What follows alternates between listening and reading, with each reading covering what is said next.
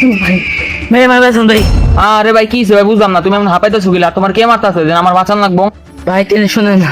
আরে ভাই ওই জঙ্গলের জায়গায় একটা খবর আছে, ওই খবর বাড়িতে আমি আসতেছিলাম, ওই খবর থেকে আসতেছে তুই দাঁড়া তোকে মেরে ফেলবো। এর লিগে ভাই আমি আমার জান বাঁচি আমি দৌড়ে আয় বসি ভাই। এখন ভাই আপনি আমার বাঁচান, নাহলে ওই খবর ব্যক্তি আমি মেরে ফেলবো। ও ভাই বুঝতে পারছি, তুমি মনে হয় নয়পাড়ার জঙ্গলে দিয়ে আসছো না? আরে ভাই আমি তো এলাকায় বেশি আসি না, আমি এলাকায় নতুন ভাই, আমি তো জানি না। আমি ওই জঙ্গল থেকে আসতেছিলাম, মানুষের মুখে শুনতেছিলাম ওটা বলে 9 জঙ্গল ভাই। বুঝছি, আমার আর বুঝতে বাকি নেই। তুমি নিশ্চয়ই মানে মুসলমান ঠিকই, কিন্তু নামাজ পড়ো না একজন। আরে ভাই আপনি কেমন জানেন আমি দেখো নামাজ পড়ি না?